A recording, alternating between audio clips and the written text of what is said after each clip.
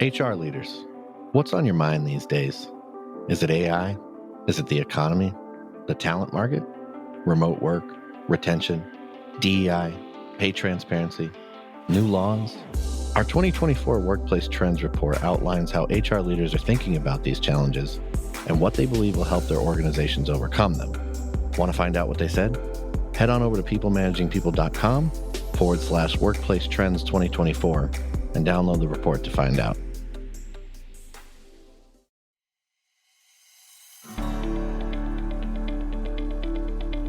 In the space of a few years, digital nomads have gone from a relatively small group of professionals to becoming a normal occurrence in the workforce.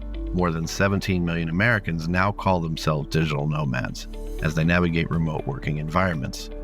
Many companies are now realizing that a blend of nomads and traditional employees working in office or hybrid is a good mix to have. But how do you go about creating policies that ensure nomads have a good experience, are an active part of the company culture, and serve the company like any other employee? Welcome to the People Managing People podcast. We're on a mission to build a better world of work and to help you create happy, healthy, and productive workplaces. I'm your host, David Rice. My guest today is Audra Nichols. She's the Chief Operating Officer of MBO Partners. We're going to be talking about digital nomad policies, welcoming the digital nomad into a blended workforce, and how to support nomads in your organization. Audra, welcome. Thank you. Delighted to be here, David. Well, first, tell us a little bit about yourself, your work with MBO Partners. What led you to working with them and supporting that vision for the future of work? Absolutely. Well, I've spent the majority of my career in professional services. That's what I call home. So most recently, about 18 and a half years with PwC. And at PwC, I had an awesome career. It's definitely my home. I had the best job ever. And I grew the consulting practice, established the global delivery model, managed all the acquisitions for consulting. Interestingly, about almost 19 years in, I had an opportunity to do something different with a smaller business. So I've always been a part of really, really big businesses. I'm somebody of no regret. So I said, I think I should give this a try. So I went to a smaller legal consulting business, and the very first part I brought in to that business was MBO Partners. And the reason I did it is because I recognized the growth of legal consulting, my global model. I really needed a flexible kind of workforce model that we didn't necessarily have. So when I was at PwC, I'll add to that, I would say, a very strong leader user of independent consultants through MBO Partners. So I'd been a power user, then I went to United Lex, and I became the client, the executive sponsor of it for a business. And Miles, our CEO, and I were talking when I was running the business as the leader at United Lex, and we were talking about, how it was going and things that we could improve and the impact kind of on the worker and the organization, which I'm truly passionate about, because I had experienced it both ways. And somehow along the way in those conversations, he convinced me that would be an awesome choice to go to MBO and be the Chief Operating Officer and really kind of passionately grow this. Because for lack of a better term, I had a 360-degree view. I had been a power user. I had brought independent contractors onto my engagements. I was a sponsor and a key client. And now, as the Chief Operating Officer of MBO, I have the opportunity to bring those two real-life perspectives together to really grow our business and have an impact on organization. It's never a straight line, right? It is never a straight line, but great decision, and I really do enjoy it. So as we chatted before this, one of the things that came up was the rise of the digital nomad, so to speak. And we've seen this proliferation of digital nomads in recent years. And I know you all have a great report on the topic on your site. Tell us a little bit about what came out of that report and what it says about the state of the workforce. Sure. So we've done that for about 5 years. This August 2023, we published our last version of it, meaning the most recent version. And it's interesting because I really am passionate about workforce optimization in large organizations. Until I came here, I'd never thought a lot about what a digital nomad is. In fact, I had this picture in my head that it's like a dude, in a van with a laptop wearing a hoodie, like truly. And did you know that actually the average age of a digital nomad is 39 years? Like, I really did not appreciate this. And what's truly interesting is that in 2023, we have 17.3 million digital nomads. That, David, is an increase over 2019, and we can all attribute a lot of changes to when we went into COVID. But from 2019 to 2023, that is a 131% increase. Now, it started, I would say, if you actually look at it on a chart, we've got a picture of that in the paper that is on the site. But if you look at it on a chart, you would say historically, it's more of the independent workers. It's more of those independent contractors who are self-employed, who choose to work where they want to, the way they want to, with whom they want to. But what is really cool is that with COVID, you saw that increase for full-time employees become exponential, right? And so that's really where it took off, is in 2020 to get to that 17.3 million. So in 2023, from that point, the independent contractors really increased another 14%. But then when you hit 2023, you saw the full-time employees go down 4%. So why is that? That's because after COVID ended and we started these policies of get back to the office, back to work, and we're seeing organizations struggle with that. And so if you're a nomad, or the historic or traditional definition of a nomad who's working out of a Starbucks in Amsterdam on some days, and maybe, their flat in London or their apartment in New York, going back to the office for the employees has really kind of changed that game. But that trajectory is quite interesting. So that's what a digital nomad is. Believe it or not, 21% of them are Gen Zs and 37% are millennials. So you're actually seeing the shift in the age groups, which also makes sense, right? If you were to think about it, you think of the young guys, and now we've proven the hypothesis that it's not just the youngins, it's not a dude in a van. And if you think about folks whose kids have grown, they no longer have childcare issues, their mortgages are paid, they're at the top of their game, and they've got that flexibility more and more. That is the profile of the people who are choosing to be a bit more flexible in terms of when and where they work. So this push for return to offices, it's something that we've seen in the last year.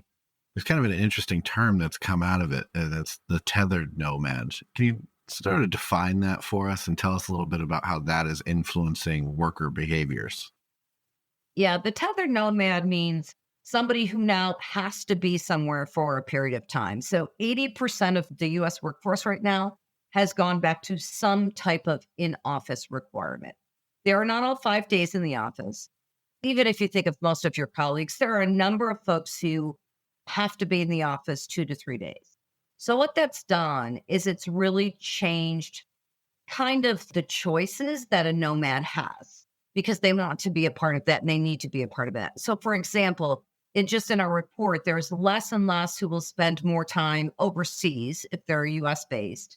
They tend to be choosing to spend more time close to home so that they can do those, the in-office visits, which more and more people are recognizing as valuable and enjoying. But I think the baseline of expectations has changed. And when that baseline of expectations changes, it doesn't just change it for the worker, it also changes it for the organization. And I contend, this whole thing around nomads and independence and optimizing your workforce requires a set of leadership skills today, really to bring all those pieces together that are more intentional than they were in years past, where it was a lot easier because your folks were all in front of you, right?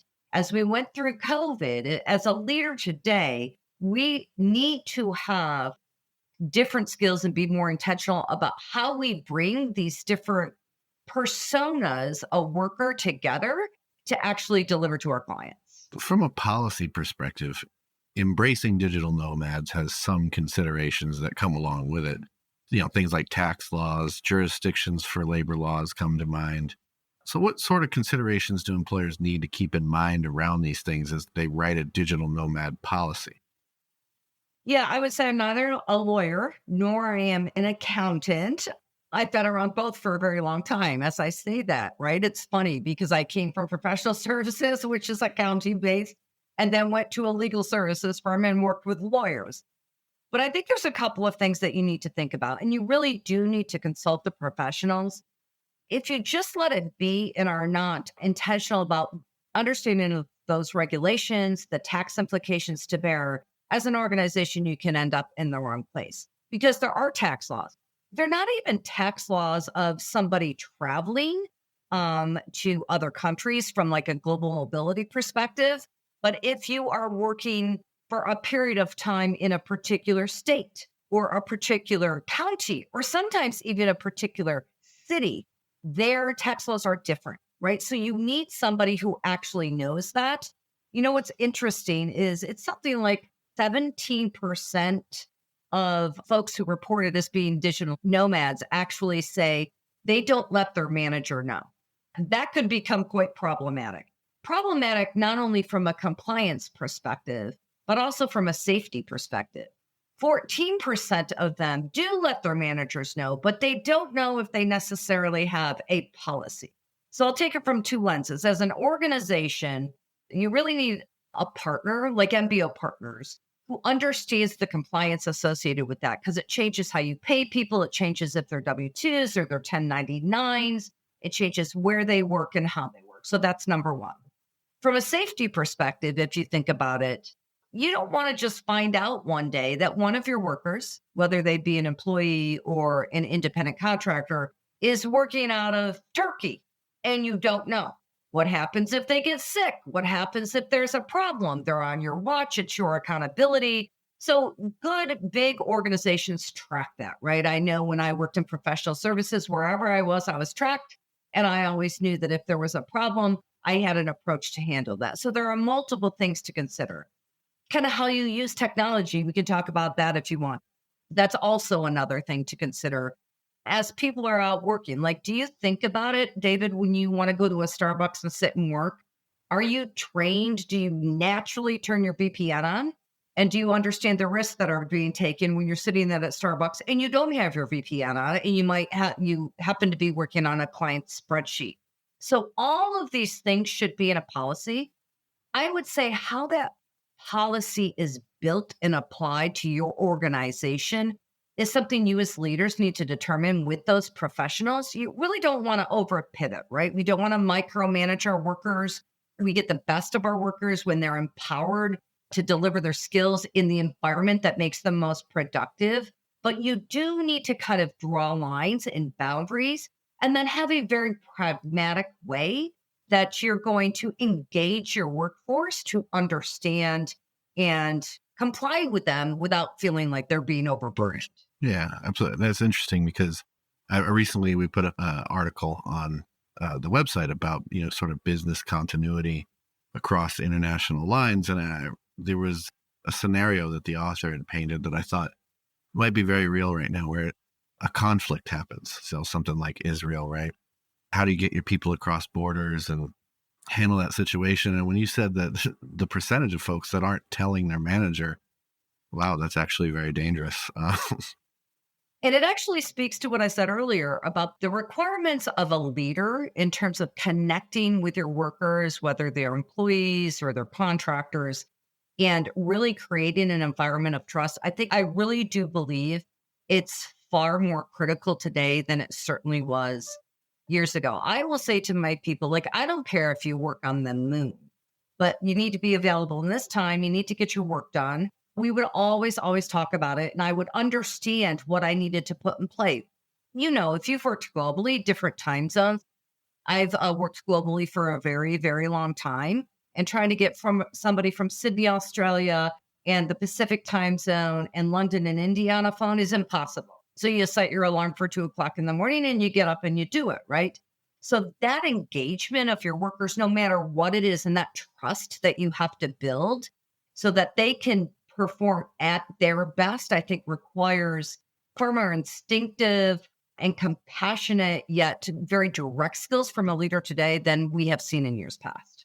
Absolutely. And you mentioned there the technology piece, so I am curious, what are some of the challenges presented by digital nomads? It seems, pretty much everything you need would be commonplace at this point after we've been doing work for home, through the years of the pandemic. But as things are changing with tech all the time, I guess I'm curious if there are factors companies need to sort of take into consideration that they might not think of right away. So I agree with you. It should be commonplace. I actually have two perspectives on this. So perspective number one is around risk, right? So we mentioned like the VPN. The other thing is if you've got people using their own PCs. So let's say you're engaging somebody who's going to work with you. They're not an employee for a period of time. There's a lot of things that need to be considered with that, because you could download something onto your personal PC, whether you're using a virtual desktop or not. Now you've got that on your PC. And that's something that your IT and tech department needs to handle. Single sign-on, all those things, they do seem commonplace. But my perspective is that the training and kind of the auditing of the knowledge of that training is more important today than it was. And I'm not sure everybody does that as consistently. Like once a year thing ain't going to cut it, right? You've got people coming and going all the time. From an engagement perspective, I would say, how do you create a team? How do you create a culture? To this day, I am surprised at the number of calls that I get on, whether it be with partners outside MBO, sometimes clients, where people don't have their cameras on. So when I work with my team, I want your camera on. It's just like we're in a room together. That's how you build relationships. Now, there may be cases where like today I have to have a no camera day, or maybe you make Fridays no camera day. But it's these basics that I think bear discussion and often are not discussed. And people will default to be in their isolation without their camera on or without the need to speak if they're on a call and to just listen. And I think it is so much harder to build a team of trust and to encourage that collaboration without actually speaking those basics. The other thing, back to the technology components that I would mention, is that, your IT department today has got to be more on their game than they ever needed to be before. So if you're traveling around in your software, you're not connected to the VPN and therefore your software isn't updating, right? If you don't have your software updated, that creates greater risk. So the importance of your IT department today and what they should be constantly monitoring is probably greater than it was certainly before COVID. And I think they learned that throughout. So it's a combination of kind of the soft skills, the components, and the intention of speaking. This is how I want us to engage as a team, no matter where you are, as well as the value of having tech policies, training, checks and balances constantly in play so that you can inadvertently, without recognizing it, put your organization at risk. We've talked a little bit about different sort of policy pieces, but I think from a cultural perspective, you think about what companies wanting to build relationships, between the employer and these employees who aren't there in person, create connections between nomads and key figures that are maybe co-located. What advice do you have for doing that and essentially, making these people feel really at home? This is one that I think is easier today than it was before, because that kind of remote environment, we were thrown into it and it is somewhat more accepted. So, think about it like even 5 years ago, David, whatever you were doing 5 years ago. If somebody said, hey, I'm going to go work out of, my college roommate's place in, California, and I'm New York based for the next 2 months, those of us in New York would say, you're going to what? You can't do that, right? That would be our immediate reaction. So today, I think it's a little bit easier. So those expectations have changed a bit. But culturally, I think it's as simple as encouraging that collaboration, but beyond just how you work on a day-to-day basis. So, for example, as a leader, do you know the Myers-Briggs of each of your people on your team? Because you can see that when you break bread. And I'm a big fan of there should be reasons you should be in person. Right? I can work with you, David, for the next 3 months. And still, when we meet and then have dinner, that connection is wildly different. Right. So I call that, that's like the final connection when you're breaking bread. So I still believe that you need to do that. But do you know the Myers-Briggs? Do you know if people are truly introverts or extroverts? Because they have to show up on a video one way And then maybe there's the rest of the people in the room, which makes it quite difficult. So I think there's a component from a guidance perspective where culturally we want to feed into our people a level of awareness of the rest of the team, whether they're in person or remote, and who they are and what makes them tick and how they think and what their strengths are, et cetera. I'll give you an example. I'll give you a little story. I had a woman just out of college start working for me kind of as my chief of staff right at the beginning of COVID. So she had just graduated from college. She had never been in an office her life. She's a tremendous professional. But a year into it, she said, I do not want to work remotely anymore. I need to be in an office. She lived in Chicago. She said, Audra, you've had that for, 15 years of your life. I've never had that. I need that. I need to go work in an office. And where I was working at the time, we no longer had offices.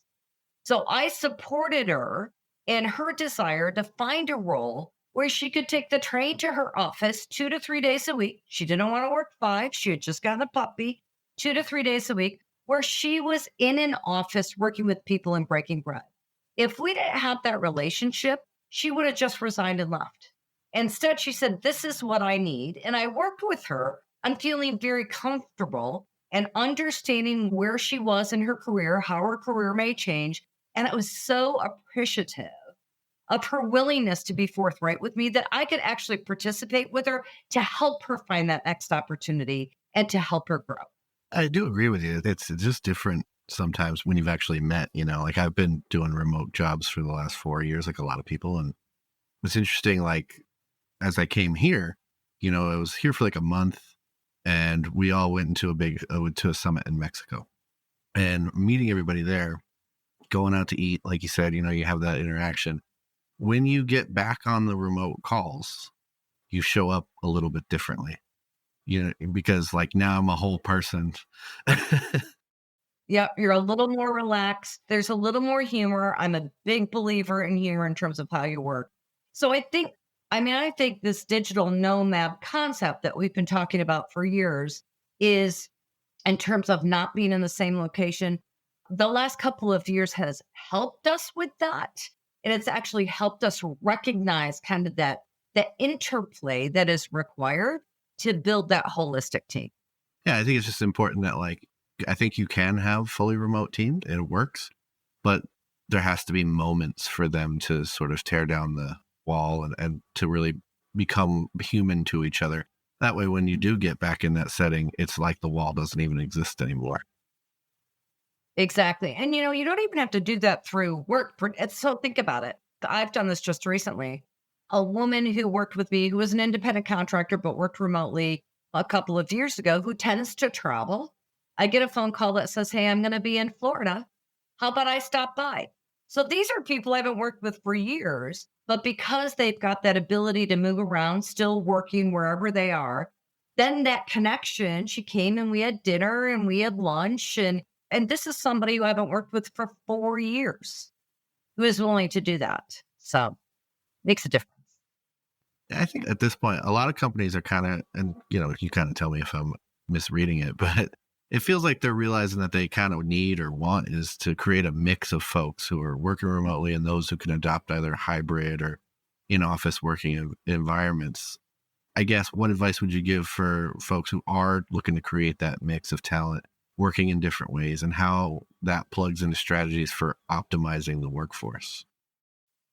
I think there's a couple of things. I think the very first thing you need to really assess is your client base, right? Are you in a service industry serving your clients, right? So I come out of consulting, and while we accepted it during the period of time where we couldn't travel, if you're truly consulting in very strategic matters, you need to be there with the client. That doesn't mean 5 days a week, but you actually need to be there with the client. So first assess the industry you're in and the clients that you're providing service or product for and what their needs are, because that client experience is critical.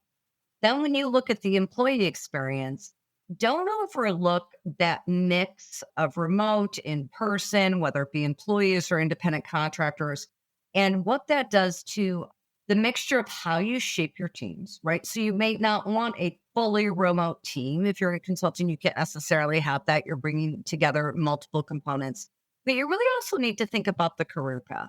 And I'm not sure there's one answer, right? But if I'm Audra and I choose never to go into an office, do I have the same career path as the dude who's getting on a plane every day? I don't know. I mean, that's a decision that needs to be made from an HR policy career path perspective. And I know multiple organizations that have made multiple different decisions as it relates to that. But I'd start with the client or whatever client or service you're providing. Then I would look at kind of how you're going to grow your people. Remember, the goal is to get the best people doing their best work, whatever that looks like, right? And your career paths may change based on that. And then I'll go back to, from a true workforce optimization perspective, you have to think about things like your profitability, your flexibility, your carrying costs. And that is, I mean, that's a much longer conversation, David, but that's a mixture of your employees and their skills. It's the workers who are employees, who you're going to grow and are going to move up and maybe become CEO or partner someday. But it's also your independent contractors, which allow you to manage the flexibility of how many employees with what skill set you have. I'm really passionate about skills-based staffing or competency-based staffing and the agility that gives an organization in terms of the ebbs and flows of the market and their ability to serve varying client bases, right? So I would say those are the three key components to consider when you're optimizing your workforce. And then finally, I would say you really need to look at your leaders and really make sure your leaders are up to the task of leading in the future versus leading in the past. And I believe those are different leaders with different personas and different skill sets and different levels of authenticity and compassion than years ago. So before we go, I want to give you a chance to tell people a little more about where they can connect with you and find out more about what you're doing. Okay. All right. So we'll start with LinkedIn. That's pretty obvious. So I am on LinkedIn. I'll tell you, I was not a social media person. I did not have Instagram until this year. I'm just going to put that out there. And now I'm a bit of a LinkedIn junkie and I'm really, really committed to it. So I am on LinkedIn, and a couple of things that I do there that I think are interesting for many is I post a quote every Wednesday. My quote is from all different people, famous people. One was from Finding Nemo. I quoted Dr. Seuss last week. And they're very short quotes that are important to me. And then I write a little blurb that I write personally. I don't outsource it. I don't have a ghostwriter. And no, I do not use ChatGPT. I write it based on what is meaningful to me. So if you want to get to know me, if you were to just read the last 2 months or 5, weeks of my quotes, I think you'd have an understanding of who I am. So I do that every Wednesday. I also write an article about once every 4 to 6 weeks, typically on leadership.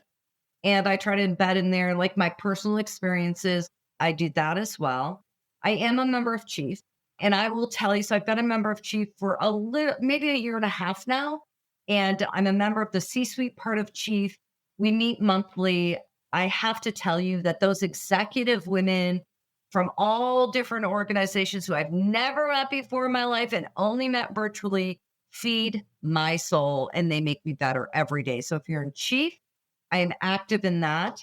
And then finally, I would say I really have the honor, this happened just this fall, to be on the advisory board for Consulting Magazine. And Consulting Magazine does some awesome things in the consulting business and professional services. Oh, I'm trying to remember the date. It's maybe April 11th. There's a Rising Stars Awards dinner. I think it's in Chicago. So I'll be there. And we're going to do a session on future-proofing your professional career. I've offered to be considered to speak at that. I think that's really cool. And then there's a Consulting Leaders and Technology Awards program in maybe Dallas, I think in May. That's another cool place. So I try to show up at those things, being on the board. It feeds my soul to be a part of consulting because that is my home. And I particularly like these because I've been in this business now for 25 years. So when I interact with those who've been in the business for 10 years, I truly believe I get more from them than they get from me. Those are just a couple of places to find me. All right. Well, the last part is we have a little tradition here on the podcast where I give you an opportunity to ask me a question. So I'll turn it over to you. Ask me anything. Only one, or do I get two? Well, we'll start with one. I know you're from the Tampa area. I think you went to USF. I live in Sarasota, Florida, just south of that. These are both on the Gulf Coast of Mexico. So do you miss the Gulf of Mexico? Do you miss the water? Do you miss the ocean? Do you miss the hurricanes? No. For user context, I now live in Atlanta, Georgia, or listener context, I should say. I now live in Atlanta, Georgia. No, I tell people all the time I was hot for 34 years. I'm good. Now I get to be hot, a couple months out of the year. Our summers here are almost as hot as Florida. But although this morning I woke up and I had left a spigot for my hose dripping, and there was a icicle about 1.5 feet long running down to the ground. Yeah, and so I thought that was pretty funny, but it's different. I don't miss it. I have my time with the beach and the sun and the warm weather, and I don't miss it too much. Especially the summertime, the Gulf is like bathwater. It's like 90 degrees now. So it wasn't even refreshing at times. It's unlivable. Actually, my father came down for an event in July this year. I was raised in upstate New York, and he loves the snow in upstate New York. And when he landed, he texted me, and his words were, "This place is not meant to be inhabited by humans this time of year." It's oppressive. Okay, I'll ask you a business one. You've been a journalist, a writer all your life. Has there ever been a time when writing is hard for you? I consider myself a pretty good writer, but I look at people who've gone into it as their career. We have to almost write on demand. Is there a way that you're able to just do that and you always have? Or do you have some little idiosyncrasy that gets you into the mode the moment you need to be in it? Well, if you're writing on a deadline, I would say this: strip it back to the basics and get to the point. So that's the easiest thing to do, right? Is where people overthink it when they're writing on, especially if you're up against a deadline, is sort of trying to be prosy or, really, great with your language. If it's on a deadline, get the facts down and you can build the rest later, but get what you got, the story that you have to tell down. And that's an easy way to kind of deal with, because once you're writing and you start getting something on paper and you can see it start to come to life. I mean, paper, but digital paper. But once you can start to see it come to life, then you kind of know the direction that you want to go in. Now, do I have trouble writing? Sure, sometimes. Yeah, especially when it isn't a lot of pressure. It's actually easier when there's pressure on you to get going. When you kind of have a loose deadline and, you're exploring something that's really deep and rich, it can be hard. I guess my advice there is to just remember that if it wasn't hard, it wouldn't be totally worth doing. Because how you grow as a writer is you have to write about more complicated things. You have to try to express complex ideas in ways that more and more people can understand, or, make something complex simple. And so that does take time, and you just have to be patient with yourself and let it flow and get the ideas you can down on paper and then edit from there. Great advice. I will take that, because I will tell you, the article that I write for LinkedIn on leadership, sometimes it's real easy for me. This time, I probably should have published this week, and it'll probably be next week, and I've let it go. So I'll stay focused on the facts. I know what I want to talk about, and I'll bet you I get it done in short order this weekend. So thank you. It can be easy to wander and sort of want to cover a million different things, but you always have to come back to your focus area and maybe another day I can talk about this other thing, I did this big piece on AI, and I actually just wanted to write a whole nother article on just what happens to you when you go down the AI research rabbit hole, because I couldn't believe everything that I found, it's crazy. And yeah, it can be a little bit shocking, but that's a whole different piece. I had to stay focused on where I set my target originally. So that's sometimes the hard part. But all right, well, Audra, thank you for coming on today. I really appreciate it. And thanks for the good questions. Thank you. I enjoyed it. All right, listeners, if you want to keep up with more things, everything HR, digital nomads, return to office, whatever it is, head on over to peoplemanagingpeople.com/subscribe and sign up for our newsletter. And until next time, read one of Audra's inspiring quotes, post something positive on LinkedIn. See you next time.